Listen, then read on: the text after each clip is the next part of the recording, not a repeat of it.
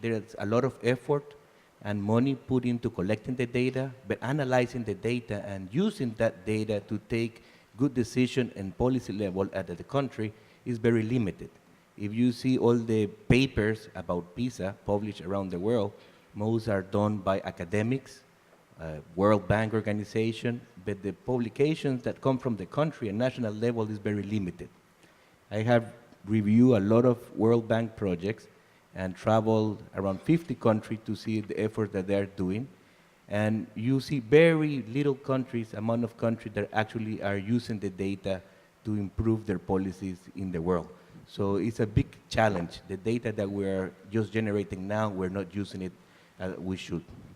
Teachers have always then used data. The data they've often used is their own individual observations, their own assessments, the daily, the weekly tests, the tips that they pick up from parents, how they see the children engage with each other. What big data should do is power that by a factor of many, many times and fold.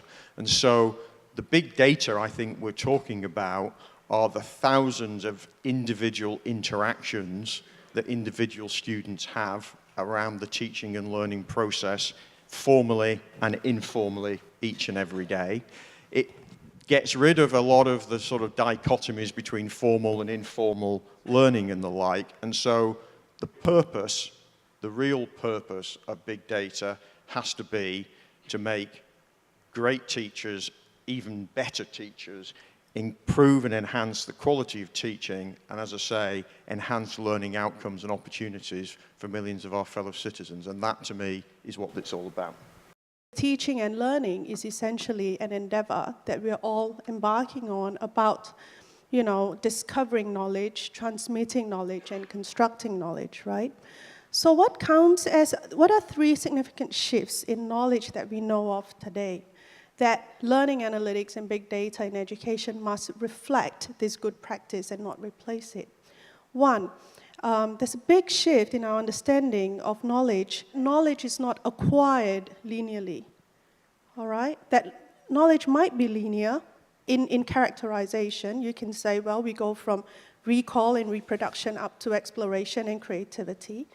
But the acquisition of that knowledge is not necessarily linear, and it's not linear. A lot of research now recently, Manu Kapu's work on productive failure, Fedel and Tilling's work around 21st century knowledge systems and knowledge skills really tell us that, kids and young people and us, all right, we acquire content, basic knowledge through, very powerfully and even more effectively, through being thrown in the deep end. All right, that you can learn knowledge as a repertoire of resources. So that's number 1, all right? The shift from linear lockstep acquisition of knowledge to acquiring knowledge in a repertoire, all right, of practices, of resources. That's 1. 2, knowledge shifting from individuality to sociality, all right? That knowledge is not just constructed and, residing in the individual, but really a social endeavor, situated cognition, social, sort of acquisition and reproduction and creation of knowledge. That's 2, very important. The third thing is that the silos of knowledge, moving from a more silo view of knowledge, whether it is knowledge and skills and dispositions being very different things, or disciplinary knowledge being very distinct and having artificial walls in between them. Moving from that type of a silo understanding to a more ecological understanding of knowledge. I see learning analytics as a way of, really reflecting these new understandings of knowledge that we have. But until and unless learning analytics and big data and the way we use it and the way we craft it can harness and reflect these philosophical underpinnings that we now know of, it will not be a panacea. In fact, it will reproduce and perpetuate the types of educational inequalities that we see in our system today. The real power is taking data and pinpointing it at the learner at a point of formative feedback. That's where we'll get the big advantages, because this is not about teachers who can't do formative feedback. Lecturers in universities who give 0 feedback during lectures, 0.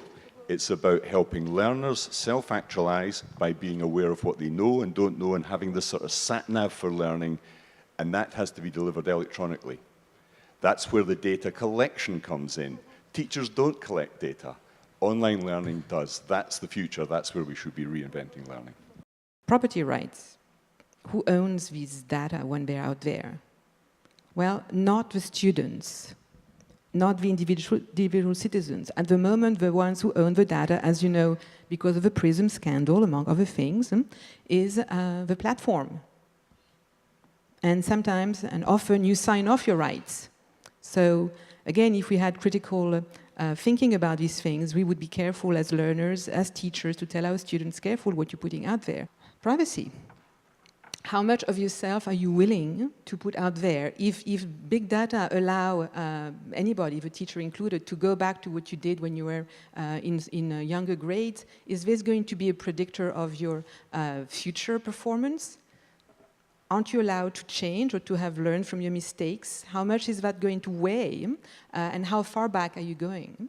What about the right to forget or to erase some of this data, which is one of the issues we have now in Europe? We are one step away from e-commerce. If this arrives to you, if these platforms arrive to you for free, if they are not the product, you are the product.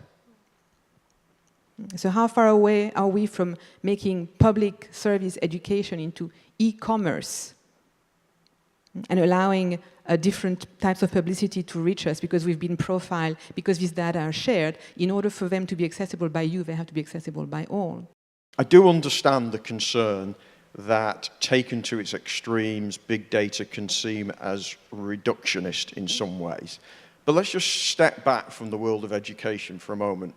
Big data is arguably driven the most creative period in the history of mankind in many ways, in what we've seen happening in Silicon Valley and elsewhere. Why can't we see how we can apply that innovation, that disruption, to use that word, that creativity, whilst acknowledging that there are negative connotations that we always need to be aware of and sensitive to? The top 95% of students interact with one another in the class, and the disengaged students and the lowest performing 5% engage with one another. But if you do not visualize this information to students, they have no agency or no knowledge. It's not visible to them how they can modify their behavior. And so I think intuition and serendipitous, we put there are a lot of demands on teachers today. And my passion is that learning analytics can extend and reflect and augment and support teachers in actually, and learners themselves, all right, in making, informed choices, in shaping their own teaching and learning. All this debate in the developing world, how does it play? I don't think there is data.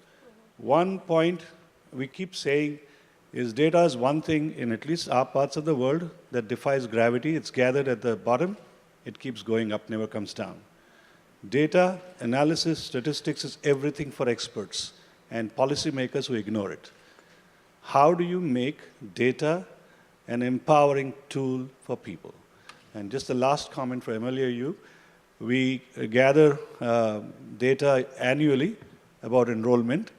The 9th survey of annual status of education report for India is in the field right now, and we publish data in 2 months' time.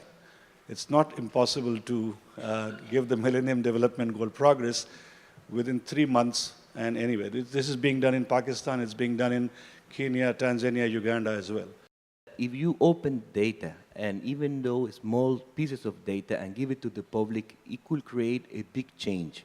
For example, I have seen projects where you tell parents, look, your school, bad dropout rate.